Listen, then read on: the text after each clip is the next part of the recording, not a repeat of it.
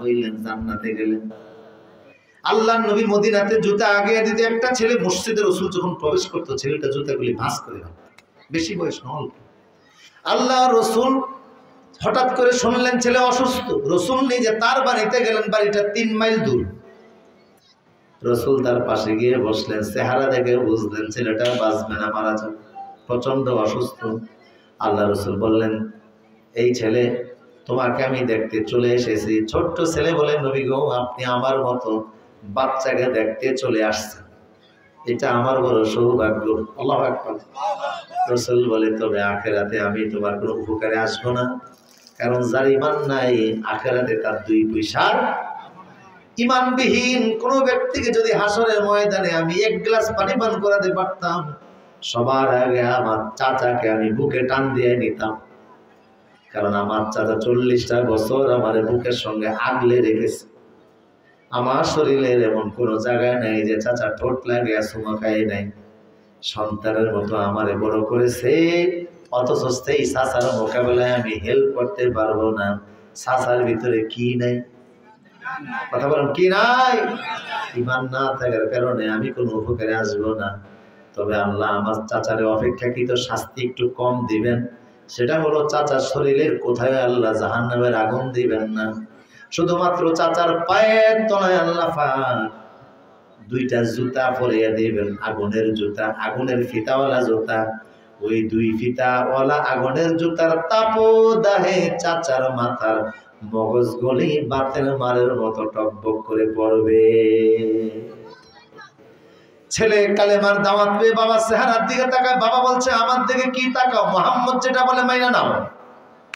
ছেলে বলল, হাত নিয়ে দেখ নবী হে, হাত বাড়িয়ে দেন, আমারে পরান। আশহাদু আল্লা ইলাহা ইল্লাল্লাহু ওয়াহদাহু লা শারীকা লাহু ওয়া আশহাদু আন্না মুহাম্মাদান আবদুহু ওয়া রাসূলুহু। কালেমা পড়ে মুসলমান হয়ে গেলেন। সুবহানাল্লাহ বলবেন। কি হয়ে গেছে? রাসূল বললেন, ছেলেটা মারা গেলে আমারে খবর দিও। কিছুক্ষণ পরে সংবাদ আসছে মারা গেছে। রাসূল বললেন, তার লাশ নিয়ে আসো, আমি জানাজা পড়াবো। ছেলের লাশ আনলো, রাসূল জানাজা পড়াইলেন। হুজুর বলেন, সাহাবীরা কাঁদে নাও, জান্নাতুল বাকিতে দাফন করা হবে, সে আমাদের মুসলিম ভাই। আবু দাউদ শরীফের বর্ণনা, লাম ইউসাল্লি সালাতান ওয়াহিদা, এই ছেলেটা 1 ওয়াক্ত নামাজ পড়ে না। ওয়ালাম ইয়াসুম সাওমা, একটা রোজাও রাখে না। ওয়ালাম ইয়াতাসাদ্দাক, একটা টাকা দানও করে না। শুধুমাত্র তার পুঁজি হলো ঈমান। রাসূল বলেন, আমি যাকে, সাহাবী বলেন, ওনার লাশ আমরা জান্নাতুল বাকিতে নিয়ে যাচ্ছি। রাসূলকে দেখলাম, রাসূল কদম দিচ্ছে, তবে 2 আঙ্গুলের উপর ভর করে করে 2 পা দিয়ে পা রাখে না। ওমর বলে, আমি দৌড়িয়ে গিয়ে বললাম, নবী গো, পায়ের তলায় কি হলো? 2 আঙ্গুল দিয়ে এরকম উঁচু উঁচু কদম দিয়ে চলছেন। রাসূল বলে, কোথায় আমি পা রাখবো? কেন, কি হয়েছে? এই সাহাবীর জানাজায় এত ফেরেশতা মদিনাতে চলে আসছে, পা রাখার মতো আমি জায়গা খুঁজে পাই না। ইমানদারের দাম আছে না নাই? তাই তো আল্লাহ বলেন, ক্বাদ আফলাহাল মুমিনুন, যারা ইমানদার তারাই হলো সফল। আমি অবাক হই, ইসলামের জন্য আপনারা কি করেছেন? বর্তমান এই পৃথিবীতে ধর্মের জন্য সবচেয়ে বেশি টাকা খরচ করে খ্রিস্টানরা। মনোযোগ আসেনি আপনাদের? খ্রিস্টানদের ধর্ম প্রচারে বিমান হলো 600। প্রতি 4 মিনিটে পৃথিবীর যে কোনো দেশে তাদের একটা বিমান টেক অফ করে। সারা পৃথিবীর আকাশে দৈনিক 33,000 বিমান চলাচল করে। তার মধ্যে খ্রিস্টানের ধর্ম প্রচারে বিমান হলো 600। হাজার হাজার কোটি টাকা তারা ব্যয় করে, কিন্তু তারপরেও প্রতিদিন মুসলমানের সংখ্যা বাড়তেছে। গেল আফ্রিকাতে 15 বছর তারা হাজার হাজার বিলিয়ন মিলিয়ন ডলার খরচ করেছে, অথচ সেই আফ্রিকাতে গত 15 বছরে 1 কোটি ক্যাথলিক খ্রিস্টান কালেমা পড়ে মুসলমান হয়ে গেছে। আমেরিকার যখন রাশিয়ার পরাজয় ঘটে, সোভিয়েত রাশিয়ার যখন পরাজয় ঘটে, আমেরিকানরা উল্লাস করতেছিল। দ্য ক্লাস অফ সিভিলাইজেশন বইয়ের মধ্যে এসেছে, হান্টিংটন দার্শনিক লিখেছেন, আমেরিকানরা উল্লাস করে, মদ খায়, আনন্দ করে, কিন্তু ওদের একজন বড় মানের দার্শনিক ফিলোসোফার, উনি মদ খায় না, মুখটা বেজার। আমেরিকানরা বলে গোটা জাতি খুশি, আপনার চেহারা বেজার কেন? উনি বললেন, শোনো, তোমরা যে আনন্দ করো, আমেরিকার এই আনন্দ থাকবে না, অচিরে আমেরিকার মতো দেশেরও রাশিয়ার মতো পতন ঘটবে। ওরা বলল, আমাদের পতন ঘটবে। কে ঘটাবে? কে ঘটাবে? হান্টিংটন বললেন, বিশ্বের মুসলিম যুবকদের হাতে তোমাদের পতন ঘটবে, মুসলমান যুবকেরা তোমাদের ধ্বংস করবে। আল্লাহু আকবার, আল্লাহু আকবার। দ্য ক্লাস অফ সিভিলাইজেশন বইয়ের ভিতরে লিখেছেন, নিজেই লিখেছেন। তখন আমেরিকা সিদ্ধান্ত নিল যে মুসলমান যুবকেরা আমাদের ধ্বংস করবে। কিসের বলে? ওদের দার্শনিক বলে, ইমানি শক্তির বলে। তারা বলল, তাহলে মুসলমান যুবকদের বিরুদ্ধে আমরা দুইটা থিওরি গ্রহণ করলাম। এক নাম্বার থিওরি হলো, মুসলমান যুবকদের চরিত্র আমরা রাখবো না, চরিত্র বিনাশ করে দিব, চরিত্র মাটির সাথে মিশিয়ে দিব। সেই জন্য সারা বিশ্বে আমরা ইন্টারনেট ফ্রি করে দিব, অ্যাভেলেবেল করে দিব। করছে না? এই এখন দেখা যায় তারা লক্ষ্য করছে যে মুসলমান যুবকেরা কি দেখে বেশি। দেখলো তারা পর্নোগ্রাফি সাইট গুলোকে ব্রাউজার করে দেখলো, পৃথিবীর সবচেয়ে বেশি পর্নোগ্রাফি দেখে মুসলমানের বাচ্চারা, যুব সমাজ দেখে। কথা বুঝেন না? সবচাইতে বেশি দেখে পাকিস্তান। নাউজুবিল্লাহ বলেন, নাউজুবিল্লাহ। এই ইন্টারনেটে পর্নোগ্রাফি ব্রাউজিং বেশি করে পাকিস্তান। সারা বিশ্বের মুসলমান তারা খুশি। দুই নম্বর, তারা আরেকটা পলিসি গ্রহণ করেছে, মুসলমানদেরকে মুসলমানের বিরুদ্ধে লাগিয়ে দিছে। কারণ মুনাফিক মার্কা মুসলমান সব যুগে আছে না নাই? মুসলিম শাসকদেরকে তারা লাগিয়েছে। মিশরে হোসনি মুবারকের মতো জালিমের মুসলমানদের বিরুদ্ধে লাগিয়ে দিছে। সিরিয়ায় বাশার আল আসাদের মতো লোকের মুসলমানদের বিরুদ্ধে লাগিয়ে দিছে। শেখ হাসিনারে এই দেশের আলেমদের বিরুদ্ধে লাগিয়ে দিয়েছে। কথা বলেন ঠিক কি না? অসংখ্য আলেমকে জেলে নিয়েছে, অসংখ্য আলেমকে ফাঁসির কাস্টে ঝুলাইছে, অসংখ্য আলেমকে আয়না করে নিয়ে রাখছে।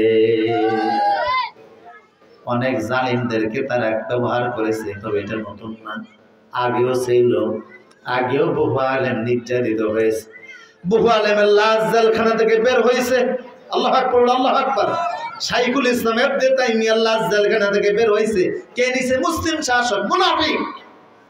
কথা বলা ঠিক কিনা? মুসলিম মুনাফিকরা এরকম যুগে যুগে আলেমদের প্রতি নির্যাতন করেছে। শাইখুল ইসলাম ইবনে তাইমিয়া লাশ জেলখানা থেকে বের হয়েছে। ইমামে আজম আবু হানিফা লাশ জেলখানা থেকে বের হয়েছে। বুখারীর উস্তাদ মুহাম্মদ ইবনে ইব্রাহিম আত-তাইমির লাশ জেলখানা থেকে বের হয়েছে। আলেমদের লাশ জেলখানা থেকে বের হয়েছে। এই যুগের আলেমরা জেল খাটে তা না, আগের আলেমরাও জেল খাটছে। কথা বলেন না? আগের আলেমরাও জেল খাটছে। তবে জেল খাটলো তারা ইসলামের খ্যাতমত বন্ধ করে না। একজন আলেম ছিলেন, আল্লাহ, আপনাদের কষ্ট হচ্ছে মনে হয় না? চলবে ইনশাল্লাহ। একজন আলেম ছিলেন আল্লামা সারাকসি। উনি 11 বছর জেলখানায় ছিল। একটা ফতোয়ার কারণে জালিম ওনারে জেলে রাখছে। এই দেশের হাইকোর্ট থেকেও তো একবার ফতোয়া নিষিদ্ধের রায় হয়েছিল। কথা বলা ঠিক কিনা? ফতোয়া নিষিদ্ধ করার তুমি কে? আল্লাহ নিজে ফতোয়া দিয়েছেন, নূর রাসূল ফতোয়া দিয়েছেন, কিয়ামত পর্যন্ত ফতোয়া চলতেই থাকবে। ভারতের হাইকোর্টে যখন কোরআন নিষিদ্ধের রায় উঠলো, হাজার হাজার মুসলমান ভারতে জীবন দিয়েছে, বাংলাদেশেও মুসলমান জীবন দিয়েছে। কথা বল ঠিক কিনা? ভারতের আইনজীবী বলেছিল যে এই ভারতের প্রধান বিচারপতি কোরআনের বিরুদ্ধে রায় দিবে। এমন বিচারপতির বিচার করা তো দূরের কথা, ওর মাথাটা পায়ের তলে চাইপা ধইরা ওর জিহ্বাটা পাম হাত দিয়ে টান দিয়ে ছেড়ে ফেলে দেওয়া হবে। আল্লামা সারাকসিরে জেলে রাখলো 11 বছর একটা ফতুয়ার কারণে। কি ফতুয়া? দেশের বাচ্চা ওনারকে জিজ্ঞেস করে, কুমারী দাসীকে বিয়ে করা জায়েজ আছে? হ্যাঁ জায়েজ আছে। দাসীর সাথে লিভ টুগেদার জায়েজ আছে? হ্যাঁ জায়েজ আছে। কয় কুমারী দাসীর সাথে যদি লিভ টুগেদার করে এখনো যে বালেগা হয় নাই, না বাল্যক, উনি বললেন হারাম। বালেগা দাসীর সাথে লিভ টুগেদার জায়েজ, না বালিকা দাসীর সাথে জায়েজ। কেন হুজুর বললো জায়েজ নাই? হুজুরের বিরুদ্ধে খাইপা গেছে, কথা বলেন না কা? হাসিনা কখন এই দেশের আলেমদের বিরুদ্ধে খেপলো, আলেমরা বললো মোদি বাংলাদেশে আসতে পারবে না, কারণ মোদির দাঁতে এবং হাতে গুজরাটের মুসলমানদের রক্ত লেগে আছে। ভারতের অসংখ্য মুসলমানদের রক্ত মোদির হাতেও আছে, দাঁতেও আছে। এমন মোদি বাংলাদেশে প্রবেশ করতে পারবে না। তখন একযোগে সারা দেশে মামলা দিয়ে আলেমদেরকে জেলখানায় ঢুকিয়ে দিছে। এই আলেমকে জেলখানা নেওয়া হলো সারাক্সি 11 বছর জেলে। এমন জেলখানা, যেই জেলখানা মাটির নিচে গর্ত কইরা কুয়ার মধ্যে রাখছে, মাটির নিচে 48-60 ফুট গভীর, এমন কুয়ার মধ্যে ওনারা রাইখা দিছে। কুয়ার মধ্যে ওনারা রাখছে। কুয়ার ভিতরে তিনি জরুরত সারেন, টয়লেট সারেন, আবার উযু করেন, নামাজ পড়েন, ওখানে ইবাদত করেন। ছাত্ররা দেখলো আমাদের উস্তাদ 48 ফিট গভীরে কুয়ার পারে। উস্তাদের কাছে কোনো কিতাব নাই, কিন্তু উস্তাদ জগৎ বিখ্যাত আলেম, মুহাদ্দিস, 1 লাখ হাদিস মুখস্থ জানে। ও ছাত্ররা কুয়ার চারপাশে বসে গেছে, হুজুর আমাদের তাকরীর করেন। কিতাব নাই, পত্র নাই, কুয়ার ভিতরে থেকে 11 বছর তাকরীর করেছে। আর ছাত্ররা কুয়ার উপরে বসে লেখছে। ওই লেখার কিতাবের সংখ্যা হয়ে গেল 11 বলি। 11 বলি আমার বই হলো, কিতাবের নাম হল আল মাবসুত। বই পুস্তক ছাড়া যে তাকরীর তিনি করেছেন ওইটা লেখা হয়ে গেল। ওই লেখা হয়ে গেল 11 খণ্ড। 11 বছর জেল খাটার পরে বের হওয়ার পরে কিতাবটা বানিয়ে ফেললেন 30 খণ্ড। এখন আলেমরা ওই কিতাব ছাড়া ফতোয়া দিতে পারে না, আর ওই কিতাবের পাতার মধ্যে চুমো খায়। আল্লাহু আকবার। আলেমদের জীবন, পবিত্র জীবন, আলেমদের সঙ্গে, নবীর সঙ্গে, ইসলামী আন্দোলনের সঙ্গে যারাই জুলুম করেছে, ইতিহাসে এদেরকে অপদস্থ যিনি করেছেন তিনি কে? আল্লাহ ছাড় দেন না। কোরআনের সাথে, কোরআন ওলাদের সাথে বেয়াদবি আল্লাহ ছাড় দেন। কথা বুঝেন কি না? যুগে যুগে, সব যুগে যিনি ধরছেন তিনি কি? আল্লাহ ছাড়েন নাই, ছাড়বেনও না। কারণ আলেমরা হচ্ছে নবীর নবুয়াতের খাসা, ঠিক কিনা বলেন? ওরা বলে আলেমরা দেশ খাইছে, আলেমরা কিছুই খায় না। ক্ষমতা গেল কই, খাইলো কই? কথা বলেন না। বরং তোমরা খাইছো তোমাদের জুলুমের কারণে। যেখানে জুলুম করে, রাসূল বলেছেন কোন সরকার যদি জুলুমের নিয়ত করে, জমিনে ভূমিকম্প বাড়ে, অগ্নিপাত বাড়ে, বন্যা বাড়ে, ফসল নষ্ট হয়, দ্রব্য মূল্যের ঊর্ধ্বগতি হয়। কথা বলা ঠিক কিনা? এই মর্মে একটা হাদিস আসছে সোহাবুল ঈমানের মধ্যে, দেশের শাসকদের শুধু বদ চিন্তার কারণে দেশকে আল্লাহ উলটপালট করে দেন। কথা বুঝেন কিনা? হাদিসটি সোহাবুল ঈমানের মধ্যে এসেছে, বাইহাকি শরীফের হাদিস। হযরত ইবনে আব্বাস হাদিসের বর্ণনাকারী, যিনি সাহাবীদের মধ্যে সবচেয়ে বড় আলেম ছিলেন। কেমনে আলেম হলেন? 7 বছর বয়স। মা বলছে, ইবনে আব্বাস ঘুমিয়ে আছো কেন? ছোট্ট ছেলে বলে, মা গো কি করবো, তোমার নবী মুহাম্মদ ঘুমিয়ে আছে, যাও ঘরটা পাহারা দাও। 7 বছরের ছেলে চলে আসছে, রসুলের ঘর পাহারা দেয়। রসুল্লাহ 2টার দিকে উঠলেন, জরুরত সারবেন, টয়লেট সরে এসে দেখেন উজুর পানি রেডি। আয়েশা, উজুর পানি কে রাখছে? আর কে রাখবে? ইবনে আব্বাস। হুজুর বললেন, ও এখন কোথায় আছে? আশপাশে আছে, ডাক দেন। আয়েশা বলছে, আশপাশে আছে, ডাক দেন। রাসূল বলেন, ইবনে আব্বাস তুমি কোথায়? দৌড়ে আসলেন, লাব্বাইক, আমি এখানেই আছি। রাসূল বলে, রাতে কি ঘুমাও না? ইবনে আব্বাস বলেন, না গো ইয়া রাসূলুল্লাহ, আম্মা পাঠাইছে আপনার ঘরটা পাহারা দেওয়ার জন্য। রাসূল এত খুশি হয়ে গেলেন। হুজুর উজু করে নামাজে দাঁড়ালেন। বাচ্চাটাও রাসূলের সঙ্গে নামাজে দাঁড়াইছে, তবে রাসূলের বাম পাশে দাঁড়িয়েছে। মুসল্লি যদি একজন হয়, ইমামের ডান পাশে দাঁড়াবে, ঠিক কিনা? দাঁড়াইছে বাম পাশে। আল্লাহ নবী বাচ্চার কানে ধইরা, ছোট্ট মানুষ, চাচাতো ভাই, উম্মত আদর করে কানে ধইরা পিছন দিক দিয়ে না বরাবর দাঁড় করাইছে। বাচ্চা আবার নামাজের মধ্যে পিছনে চলে গেছে। রাসূল আবারও কানে ধইরা বরাবর এনে দাঁড় করাইছে। ইবনে আব্বাস আবারও পিছন, রাসূল আবারও দাঁড় করাইছে, তিনি আবারও পিছনে চলে গেলেন। আল্লাহ নবী নামাজের সালাম পেরিয়ে বলছে, এই ছেলে, কিরে, আমি তোমার বারবার আমার পাশে দাঁড় করাই, তুমি দেখি পিছনে চলে যাও। ছোট্ট মানুষ বলছে, ইয়া রাসূলুল্লাহ, আমি আপনার একজন সাধারণ উম্মত, আমার কি এত বড় সাহস আছে নবীর পাশাপাশি দাঁড়াই? আগের বাচ্চাদের আদব ছিল মুরব্বীদেরকে মানত, এখন দেখা যায় সেটা মানে না। কথা বলে ঠিক কিনা? আগের যুবকেরা মুরব্বীদের সামনে বিড়িও টানতো না, বিড়ির নেশা উঠলে এখানে সেখানে বিড়িটাই না। আম গাছের পাতা দিয়া, কাঁঠাল গাছের কচি পাতা দিয়া মুখের গন্ধ দূর করে মুরব্বীদের সামনে আসতো। আর এখন পারে না, বাবারে আব্বা আগুন দেন। আগের মহিলারা বাপের বাড়ি গেলে বোরকা পরতো, রিক্সার চারপাশে আরেকটা কাপড় বেছাইত। আর এখনকার মহিলারা বোরকাও পরতে চায় না। আগের মসজিদগুলো নিয়ে সেজদা দিলে জান্নাতে গ্রাম পাওয়া যাইত, এখনকার মসজিদগুলো নিয়ে সেজদা দিলে ওই গ্রাম পাওয়া যায় না। কারণ ম্যাক্সিমাম মসজিদে দানের টাকার নামে সুদের টাকা, ঘুষের টাকা প্রবেশ করছে। ঘুষের টাকা, সুদের টাকায় এসি লাগিয়ে গেছে, এই জন্য সেজদা দিলে আগের মতো মজা পাওয়া যায় না। ঠিক কিনা? আগে মানুষের সম্মান ছিল, ইজ্জত ছিল। এখন সামান্য তুচ্ছ বিষয় নিয়ে মারামারি আছে না নাই? জায়গায় জায়গায় তৈরি হয়েছে কিশোর গ্যাং। আমার প্রিয় সুধী, আগের মানুষগুলি ভালো ছিল, আগের সমাজও ভালো ছিল। আগের শুধু সমাজ ভালো ছিল না, আগে চোরও ভালো ছিল। এই যুগে তো ডিজিটাল চোর। প্রশ্নপত্র ফাঁস করছে বিসিএস এর প্রশ্ন, জাতির কত বড় সর্বনাশ করছে। যখন ধরে ফেলছে, কয় টাকা নিয়েছি মসজিদ মাদ্রাসায় দান করার জন্য। কি বুঝল? বিসিএস প্রশ্ন পাস করে জাতির সর্বনাশ করে টাকা নিয়েছে মসজিদ মাদ্রাসা দান করতে। দাড়িও লম্বা, কপালে দাগও আছে, আস্থা শয়তান। কথা বলে ঠিক কিনা? আরেকজন বলল, আমি তেমন কিছু চুরি করি নাই, মাত্র 400 কোটি টাকা। এই হলো চোর। আর আগে চোর কত ভালো ছিল, কিতাবে আসতে আগে চোর গেছে চুরি করতে। তো যেই বাড়িতে চুরি করতে গেছে, গিয়ে দেখে হিন্দুর ঘর, 10 হাতের মূর্তি দেখা যায়। বলে, আমি এমন করে চুরি করবো না যেই ঘরে মূর্তি আছে। আমি চোর হলো, আমি ইমানদার, আমার মধ্যে ইমান আছে। ইমানদার অমুসলিমের ঘরে চুরি করতে পারে না। দ্বিতীয় রাতে আরেক ঘরে গিয়েছে, গিয়ে দেখে ওটা বৌদ্ধের ঘর। না না, বৌদ্ধের ঘরেও চুরি করা যায় না, আমি ইমানদার। তৃতীয় রাতে আরেক ঘরে গিয়েছে, দেখে খ্রিস্টানের ঘর। না না, খ্রিস্টানের ঘরেও চুরি করা যায় না, আমি ইমানদার। আমি চোর হলো, আমার ইমান আছে, আমার একটা আদর্শ আছে।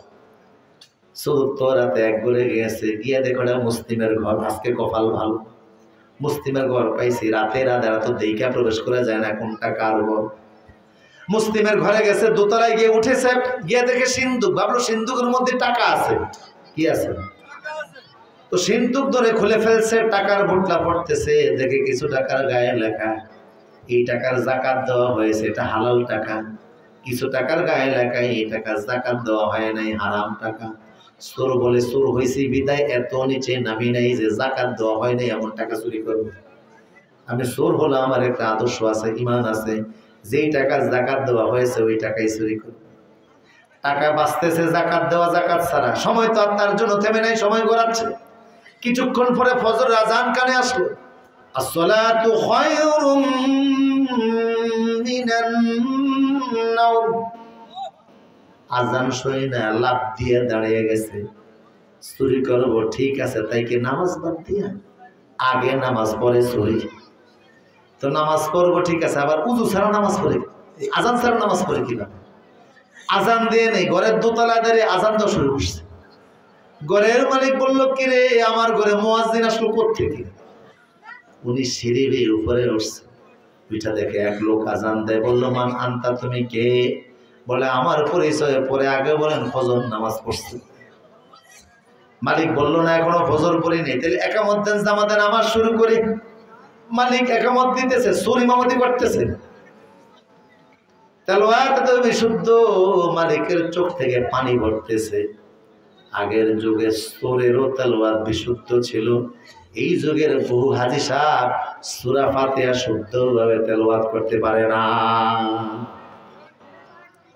নামাজ শেষ, মালিক বলছে, তুমি কে? আমি সুর। কখন আসছো? রাত 3টায়। এতক্ষণ কি করেছো? টাকা আলাদা করছে, যাকাত দেওয়া, যাকাত ছাড়া। এরপরে কি করেছো? কয় আজান আসছে কানে, ভাবলাম আগে নামাজ পড়ে সরি, তো নামাজ পড়বো, আজান ছাড়া নামাজ পড়ে কিভাবে, তাই আজান দিয়েছি। আওয়াজ শুনে আপনি চলে এসেছেন, এখন আপনার টাকা তো আপনার সামনে নেওয়া যায় না, টাকা রেখে গেলাম, বিদায় দেন, বাড়ি চলে যাই। মালিক বলল যাইতে পারবা না, এখানেই থাকো। তবে কি শুধু আমার বাড়িতে এসেছো, আর কি কোথাও যাও না? ছেলেটা বলে আরো 3 ঘরে গিয়েছিলাম, হিন্দু বৌদ্ধ খ্রিস্টান দিকে চুরি করি না। মালিক ভিতরে রাইখা বাহিরে তালা লক করে ভিতরে গিয়ে স্ত্রীর সঙ্গে পরামর্শ সবাই বসছে। স্ত্রী রে, আমার একটা মাত্র মেয়ে, আর কোনো ছেলে নাই, বিয়ে দিব, বিয়ের উপযুক্ত হয়েছে, আমি একটা ভালো ছেলে খুঁজতেছি, টাকা পয়সার দরকার নাই, ইমানওয়ালা হইলেই চলবে, এমন একটা ছেলে পাইছে, ঘরের দোতলায় আছে। বউ বললো এটা কেমন জামাই, ঘরের দোতলা দিয়ে আসে? বলল ছেলেটা বড় ভালো, আল্লাহকে ভয় করে, প্রমাণ আছে, এমন ছেলের হাতে আমার মেয়ে তুলে দিলেও সে আমানতের খেয়ানত করবে না। আগের যুগের বাবারা সন্তান বিয়ে দিতে গেলে সবার আগে দেখতো ইমান আমল আছে না নাই, এই যুগের বাবারা সবার আগে দেখে টাকা পয়সা, ছেলের ব্যাংক ব্যালেন্স কেমন আছে, চাকরি কেমন করে, এশিয়াতে চাকরি করে না, ইউরোপে করে, কথা বলেন। মধ্যপ্রাচ্য এর পছন্দ না, ইউরোপের নাম শুনলে মাশাআল্লাহ দোয়া ইউজ করে, কথা বলেন ঠিক কিনা? কয় পুলিশ ছেলে পাইছি, বিয়ে দিবেন মেয়েটা? না না, পুলিশের সাথে কয় পুলিশ হলো জাতের পুলিশ, এসপি। বলে এত বড় কপাল কি আর আমার হবে? চেঞ্জ হয়ে গেছে মানসিকতা। আমার প্রিয় সদী, ইবনে আব্বাস রসুলের জন্য উজুর পানি আগিয়ে দিছে, রসুল গো আপনার বরাবর দাঁড়াতে পারবো, এত বড় সাহস তো আমার নাই, আল্লাহু আকবার বলেন। আল্লাহ রসুল বললেন আচ্ছা আসো আমার বুকে আসো। রসুল বুকের সঙ্গে বুকটা লাগে একটা দোয়া করে দিলেন, আল্লাহুম্মা ফাক্কিহু ফিদ্দীন ওয়া আল্লিমহু তাওয়িল, আল্লাহ তুমি তার সিনার ভিতরে আসমানি ইলম দান করে দাও। রসুলের দোয়ার সঙ্গে সঙ্গে বাচ্চাটা হয়ে গেল জগৎ বিখ্যাত আলেম, আল্লাহু আকবার। আপনার বাচ্চাটাকেও যদি ভালো বানাতে চান, দিনদার বানাতে চান, দোয়া করবেন, বাচ্চাকে টান দিয়া দোয়া করবেন, এই দোয়াটা করে ফু দিবেন, সঠিক এলেম তার সিনার ভিতরে যিনি দিয়া দিবেন তিনি কে? সে ইবনে আব্বাসের বর্ণনা, জালিম শাসকদের কারণে যে দেশে আল্লাহর গজব আসে সেই হাদিস, কথা কোন না কার? আমার প্রিয় সুধী, ইবনে আব্বাস বলে অনেক আগে একজন বাচ্চা ছিলেন, বড় ফরহেজগার দিনদার। আপনারা আসেননি আমার সাথে? ঘুমাচ্ছেন না তো ইনশাল্লাহ? অনেক আগে একজন বাচ্চা ছিলেন, দিনদার, ইমানদার, মুত্তাকি। তবে তার একটা শখ ছিল শিকার করা। বিভিন্ন সময় তিনি শিকার করতেন, শিকারে যাইতেন। আজকে তিনি শিকারে গিয়েছেন, জঙ্গলে হরিণ শিকার করতেছেন, সন্ধ্যা হয়ে গেল। ভাবলেন এই সন্ধ্যার সময় বাড়ি আসা ঠিক হবে না, কারোর মেহমান হয়ে যায়। তো জঙ্গলের পাশেই হলো এক কাঠুরিয়ার বাড়ি। কাঠুরিয়ার বাড়িতে গিয়ে তিনি মেহমান হয়ে গেলেন। কাঠুরিয়াকে পরিচয় দিলেন না যে তিনি দেশের বাচ্চা, কথা বুঝতেছেন কিনা? কারণ পরিচয় দিলে কাঠুরিয়ার মেহমানদারি করতে কষ্ট বেশি হবে। পরিচয় দিলেন না, পরিচয় না দিয়ে মেহমান হলেন। বাইহাকির হাদিস, ইবনে আব্বাসের বর্ণনা, ঠাকুরমার ঝুলির গল্প না, হাদিস। বাদশা পরিচয় না দিয়ে মেহমান হলেন, পরিচয় দিলেন আমি বেদুইন, গ্রাম্য লোক, মুসাফির। তো কাঠুরিয়া ওনাকে পেয়ে মেহমানদারি করতেছে। বাচ্চা লক্ষ্য করলো সন্ধ্যার সময় কাঠুরিয়ার গরু ছাগল বলে বাড়ি আসতেছে, গোয়াল ঘরে আসতেছে। তো কাঠুরিয়া দুধ দহন করতেছে। একটা গাভী দহন করতে গিয়ে দেখে এত দুধ দিয়েছে, একটা গাভী 30টা গাভীর দুধ দিছে। বাচ্চা অবাক হয়ে গেল, কি রে কাঠুরিয়ার বাড়িতে এমন গাভী, একটা গাভী 30টা গাভীর দুধ দেয়, আমি দেশের বাচ্চা, আমার বাড়িতে আমার একটা গাভী, এটা কেমন করে হয়? যে করেই হোক এই কাঠুরিয়ার গাভীটা নেওয়া লাগবে, জোর করে হোক জুলুম করে হোক নেওয়াই। বাচ্চা মনে মনে নিয়ত করে ফেলছে, জুলুম করে গাভীটা নিয়ে যাবে। ভিতরে লোক প্রবেশ করেছে, কিন্তু এখনো যদি পরিচয় দিয়া, বাচ্চা পরিচয় দিয়া সেনাবাহিনী ডাইকা গাভীটা জোর করে নিয়ে যায়, এটা নিমুখারামি হয়, কথা বলেন না? কেমন জানি এখনই এটা করা ঠিক হবে না, আজকে চলে যাই, পরে আসবো। 1 সপ্তাহ পরে আবার আসলেন শিকার করতে। আজকেও কৌশল করে কাঠুরিয়ার বাড়ির মেহমান হয়ে গেছে, মনে মনে ধারণা যে করে হোক আজকে আমি গাভীটা নিয়েই যাব। সন্ধ্যার সময় লক্ষ্য করলো গরু ছাগল উটগুলি আসছে, ওই গাভীটাও আসছে। আজকেও গাভীটা দুধ দহন করতেছে কাঠুরিয়া, কিন্তু দেখে আজকে দুধ দহন করছে মাত্র 1 কেজি। গত সপ্তাহে দিয়েছে কতটুকু? 30টা গাভীর দুধ দিয়েছে, আজকে দিছে মাত্র 1 কেজি। বাচ্চা বললো, এই বন্ধু কাঠুরিয়া, এটা কি সেই গাভীটা না? জি। গত সপ্তাহে না 30টা গাভীর দুধ দিয়েছিল? জি। আজকে 1 কেজি। কয়েক গত সপ্তাহ থেকে দুধ কমতে কমতে 1 সপ্তাহের মাথায় 1 কেজি এসে দাঁড়াইছে। কেন 1 কেজি দিছে? কাঠুরিয়াও বড় আল্লাহওয়ালা, কয় আমার মনে হয় দেশের বাচ্চা কারোর প্রতি জুলুমের নিয়ত করে ফেলছে। জনগণের কোনো না কোনো জনগণের উপরে জুলুমের নিয়ত করছে, এই জন্য জমিন থেকে রহমত আল্লাহ আকাশে তুইলা দিছে। আল্লাহু আকবার। বাচ্চার ভিতরটা নাড়াচাড়া দিয়ে উঠছে, কারণ যারা বিবেকবান শাসক ওদের ভিতরে কম্পন হয়, যারা জালিম হাজারো শিক্ষা পাওয়ার বড় সোজা হয় না। কথা বলো ঠিক কি না? যাদের কলিজার ভিতরে আল্লাহর ভয় নাই, কলিজার মধ্যে আখিরাতের ভয় নাই, আছে ক্ষমতা, অর্থ, পাওয়ার, শেয়ার নিয়ে যারা চিন্তা করে, এরা কোনোদিন শিক্ষা নেয় না, এরা বরং আরো বড় বেপরোয়া জালিমের খাতা নাম লেখা। কিন্তু যারা আল্লাহওয়ালা হেদায়েত যাদের কপালে আছে, ওরা সামান্য নাড়াচাড়া পাইলে আল্লাহর দিকে রুজু হয়ে যায়, সেজদায় পড়ে যায়। দেশের বাচ্চা সেজদায় পড়ে গেছে, রাতের তাহাজ্জুদের নামাজে চোখের পানি ছাইরা মোনাজাত দিয়ে বলে আল্লাহ, জোরে বলুন আল্লাহ, আওয়াজ দিয়ে বলুন আল্লাহ, আল্লাহ আমি জুলুমের নিয়ত করে ফেলেছি, তাই তুমি রহমত উঠে নিছো। আমার কারণে কৃষকের তুমি এখন নিয়ামত কম দিচ্ছ, 30টা গাভীর দুধ দিতে এখন দিচ্ছ 1 কেজি। আল্লাহ আমি তওবা করলাম, যতদিন আমি বেঁচে থাকবো কোনোদিন দেশের বাচ্চা হিসাবে কোনো নাগরিকের প্রতি আমি জুলুম করব না, টেন্ডারবাজি করব না, মাস্তানি করব না, প্রজেক্টের নামে টাকা মেরে খাবো না। কথা বলেন, মেগা প্রজেক্টের নামে দেশের টাকা সুইস ব্যাংকে জমা করব না, সুইজারল্যান্ডে করব না, আমেরিকা কানাডায় নিয়ে বেগমপাড়া বানাবো না। কথা বুঝেন না? না না না, আমি বেনামে অ্যাকাউন্টে আমি টাকা জমা করব না, মানুষের টাকা আমি মেরে খাবো না। আমি তওবা করলাম, যতদিন তুমি আমার ক্ষমতায় রাখো। ক্ষমতায় রাখার মালিক কে? কত ইজ্জু মান তাশা ওয়া তুযিল্লু মান তাশা। আবার সম্মানিত করার মালিক কে? অপমান করার মালিক কে? আমার প্রিয় সুধী, আমার ভাইরা, তো দেশের বাচ্চা চোখের পানি চাইরা কান্নাকাটি কইরা তাহাজ্জুদের সময় উইটা ফজর বইরা চলে গেছে। 1 সপ্তাহ শুধু কাঁদছে আর দোয়া করছে, আজ জুলুম করবো না। 1 সপ্তাহ পরে মনে মনে খেয়াল, কি অবস্থা, 1 সপ্তাহ তো হয়ে গেল, মনে কিউরিসিটি না জানি কাঠুরিয়ার এখন গাভীটার কি হালত, মনে ওই চিন্তা। 1 সপ্তাহ পরে ব্রেনে কি যেন উঠছে, আবার আসছে। এখন গিয়ে দেখি হালত কি, অবস্থা কি, পরিস্থিতিটা কি। আজকেও কৌশল করে মেহমান হয়ে গেছে। কাঠুরিয়া দেখা বললো, দোস্ত আবার আসছো, আসো আসো। আজকেও বসে আমি মেহমানদারি করতেছি, সন্ধ্যা হয়ে গেল। বাচ্চা লক্ষ্য করলো ওই গাভী উট আবারও আসছে, চর এলাকা থেকে ঘাস খেয়ে বাড়ি আসছে সন্ধ্যার সময়। তো কাঠুরিয়া আজকেও দুধ দহন করতেছে। আজকে দুধ দহন করতে গিয়ে দেখে বাচ্চা লক্ষ্য করলো ওই গাভীটা আছে কিনা, দেখে ওই গাভীটা আছে। আজকে গাভীটা 30টা গাভীর দুধ দিছে। বাচ্চা বলছে, এই কাঠুরিয়া, এটা সেই গাভী না? জি। ওই গাভীটা আজকে আবার 30টা গাভীর দুধ দিল, কারণ কি? কয় আমার মনে হয় দেশের বাচ্চা জুলুমের নিয়ত বাদ দিছে, মনে হয় জুলুম করবে না, এই বলবে অঙ্গীকার করছে। আল্লাহর রহমত আবার জমিনে আসা শুরু হয়ে গেছে।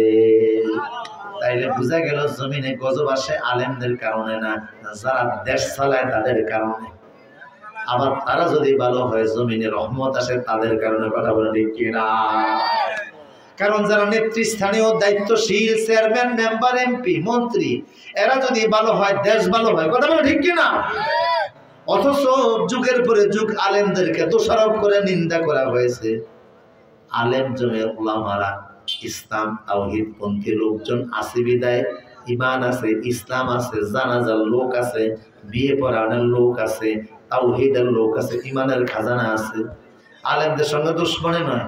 ইসলাম ওয়ালাদেরকে মোহাব্বত কইরা দেখো, মরণের সময় আল্লাহ ইমানটাও নসিব করে দিবে। কথা বলেন ঠিক কি না? এই জন্য আমার প্রিয় সুধী, আজ যারা আমরা ইমান এনেছি, ইমান আনলে চলবে না, ইমান দীপ্ত হওয়া লাগবে, ইমানের নূর বের হওয়া লাগবে, ইমানটা আলোকিত করা লাগবে। নিবু নিবু ইমান দিয়ে নিজেরই তো ফায়দা নাই, পাবলিকের হবে কি, দেশের হবে কি? ইমানের আলো জ্বালতে হবে। যে ইমানের আলো বের হয় না, এটা তো নিজেরও কাজে আসে না।